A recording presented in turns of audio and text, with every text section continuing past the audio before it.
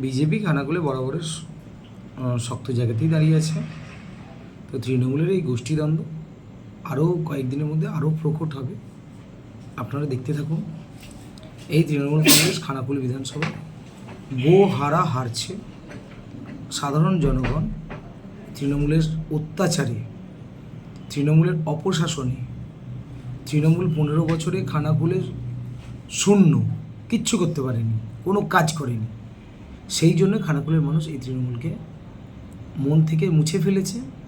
আর এই বিধানসভা নির্বাচনেও তৃণমূল কংগ্রেস খানাকুল বিধানসভা থেকে শূন্য হাতে বাড়ি ফিরবে, এটা একদম। দীপেন মাইতির একটা কল রেকর্ডে শোনা যাচ্ছে যে বিজেপিতে যোগদান করবো, সব কথা হয়ে গেছে ফাইনাল।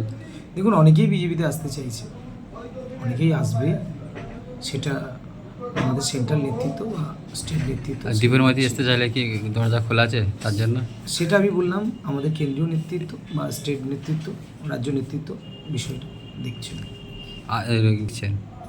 দেখুন, সমস্ত রাজনৈতিক দল তারা তাদের মতামত রাখছেন, তো আইএসএফ তারা তাদের কার্যক্রম করছে। তো এই বিষয়ে আমার নতুন কিছু বলার তাকে তৃণমূলের ভোট কাটুয়া বলছে, বিজেপিকে সুবিধা পাইয়া দিয়ে জন্য। না, তৃণমূলের ভোট আছে কোথায়? মুসলমানরাও তৃণমূলকে ভোট দেবে না। মুসলমানদের জন্য কি করেছে তৃণমূল কংগ্রেস 15 বছরে? কিছু করতে পেরেছে কি? আর ভয়েতে পলাশ রায় মুসলমান এলাকায় ঢুকতে পারেনি। দেখুন না, পলাশ রায় ভয়ে মুসলমান এলাকায় প্রচারে যাচ্ছে কি মুসলিমদেরকে বোকা বানাতে। মুসলমানরা আর বোকা বানবে না। 15 বছর ধরে বোকা বানিয়েছে, কিচ্ছু করেনি। মুসলমান এলাকায় কোনো উন্নয়ন হয়নি। কটা গরিব মানুষের ঘর দিয়েছে, কটা মুসলমান সমাজে চাকরি দিয়েছে, কটা পরিবারে আর্থিক বিকাশ হয়েছে। তাই মুসলমানরাও তৃণমূলের কাছ থেকে মুখ ফিরিয়ে নিয়েছে। তাই পলাশ রায় ভয়েতে মুসলমান এলাকায় যেতে পারছে না।